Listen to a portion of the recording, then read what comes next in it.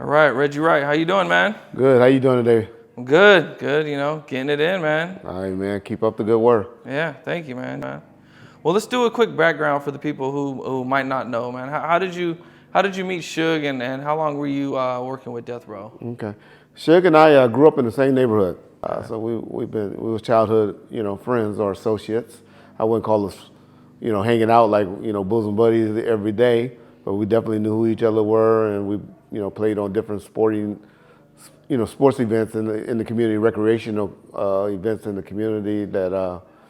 Where we was either on the same team or opposite teams. But we did play high school football together at Linwood High School. Oh, okay. Okay.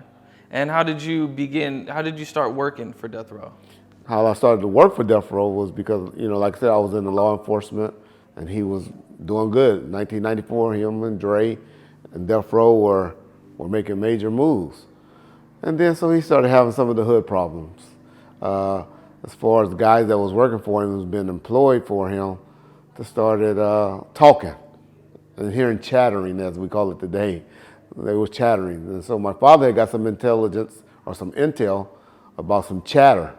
That was guys that was working for him that was planning on holding him hostage and try to make him give up some money.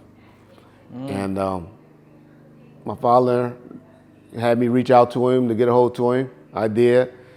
And my father just told him, brought it to him. And he was like, man, that's why I need y'all over here. I'm doing good. I'm making millions of dollars. I need y'all to come over here and watch my back. Somebody I can really, really trust. I'm not saying he didn't trust the homies, but, there's somebody neutral that, the homies would trust and that I trust. Pops was like, man, I'm not into that. I'm trying to put most of the guys in jail or in prison, that's working for you. I'm not interested. I just wanted to let you know what's going on. But me, I'm 27, 26 years old at the time and opened up my own private security company and started being the head of security for Death Row. Oh, okay. Okay. And this was in 1994?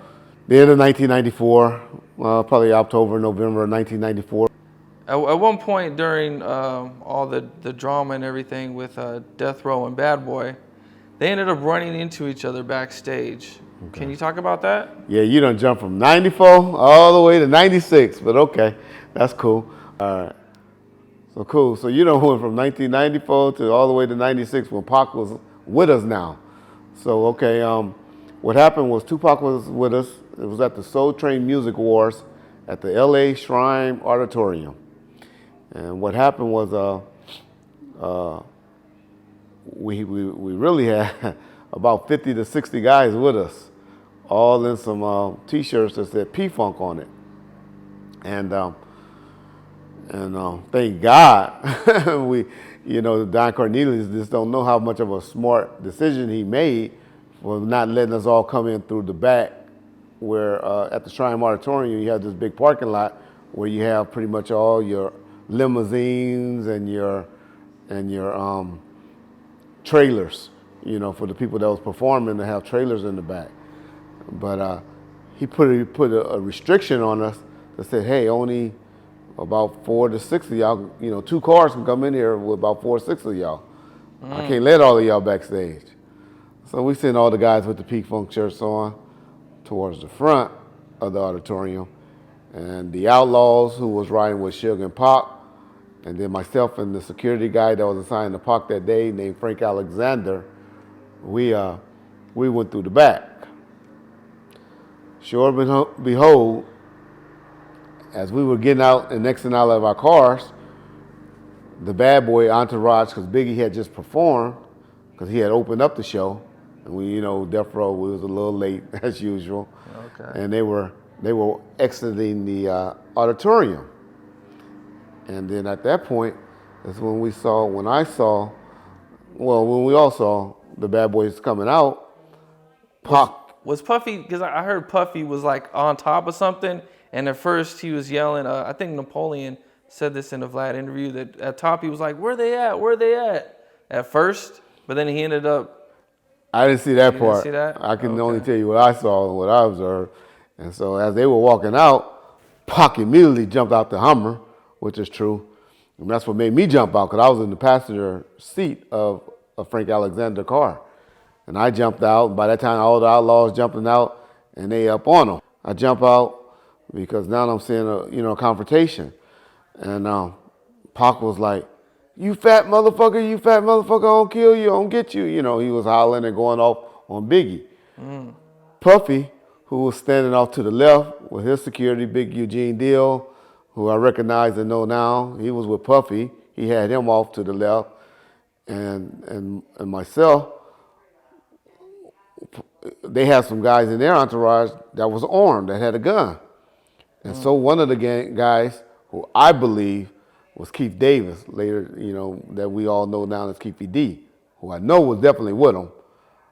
Some people are now saying there was a guy from New York that actually pulled the gun out, named Gutter or something like that. But anyway, one of them pulled the gun out. Immediately, I had my gun pointed on him. Like pulled it out and pointed at you guys? No. They just pulled it out and was brandishing it, had it down. But me, I'm police training and I'm legal. I pulled my gun and was on him like, bro, you raise that gun, please don't raise that gun. Don't do it. You just don't do it.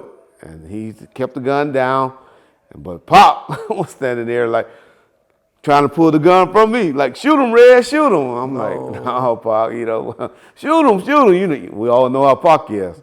And so one thing I always respected about Biggie and learned that day, and I always give Biggie credit for this, Biggie just stood there, didn't move, was like looking like, his boys was over there. They eventually took off and ran. The Muslims was all in the middle, they were doing security.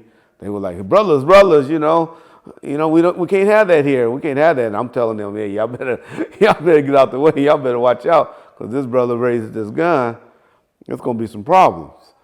And so, Suge always said Puffy ran and got up underneath the car and was hiding. I since talked to Big Eugene Deal about that. He said, no, I had Puff. Puff wasn't running, he didn't hide. I can't say, because I was mainly focused on the two gentlemen that had the guns. I pointed the gun at the two. They took off and ran towards the end, in the cars and all of that. Were they planning on doing anything to Biggie before that? Yeah, that's why I said earlier that fortunately for Don Cornelius, he made a smart decision by not allowing us all go in together. Because if they did come through the back gate, it would have been ugly. But not only did he not do that, he made a call to a security that was working the door and said, don't let those guys in with all those T-shirts on, even though he had sold us all these tickets. Right. What were they planning on doing to Biggie? Yeah, they were going to rush the stage and pull him off the stage.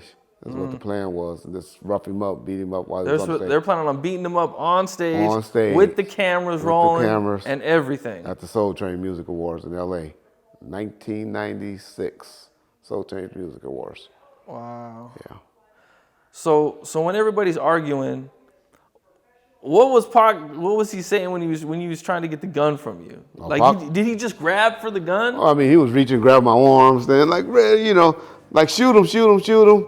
And then, like he seen that I wasn't trying to shoot him, or I was just pointing at him. It seemed like he was just trying to take the gun from me so he could take it and shoot him. No. Which would have been an unfortunate situation. Yeah. What'd Biggie do at this time? One thing I say about Biggie was just standing there, like looking like, I don't even know if he was like, why is this nigga tripping? Or, Suge always jokingly said, his fat ass couldn't run nowhere, couldn't go nowhere, so he was just on stuck. But I didn't take it that way. I took it that this nigga was just like, hey, dude's tripping.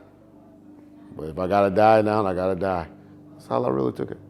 Was he doing any yelling? He didn't say a word. He didn't say a word. He didn't say a word. What about Puffy? Was Puffy yelling or anything? I always, who was yelling? Because I think Little Caesar said in the interview that he was doing some yelling. I'm sure, homeboys and dudes in the entourage was talking, and things going back and forth, but I can't tell that. I'm focused on these two guys that, that was over there by Big with the gun. That's what my focus was on. And Pac crazy ass, telling me to shoot him, or trying to take the gun. So, trying to fight off Pac and trying to make sure these brothers don't, they do what I said, which was not point that gun. Because if they would have raised that gun, I would have shot him. Right. Yeah, I would have had to shoot him.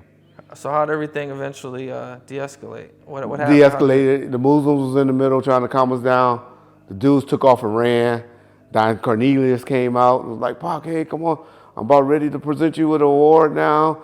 And come on, I need you in here.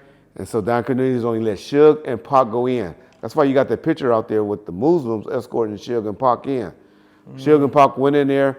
He won Album of the Year, Rap Album of the Year with Me Against the World album, because you got to remember, we're talking 96, but everything's for 95.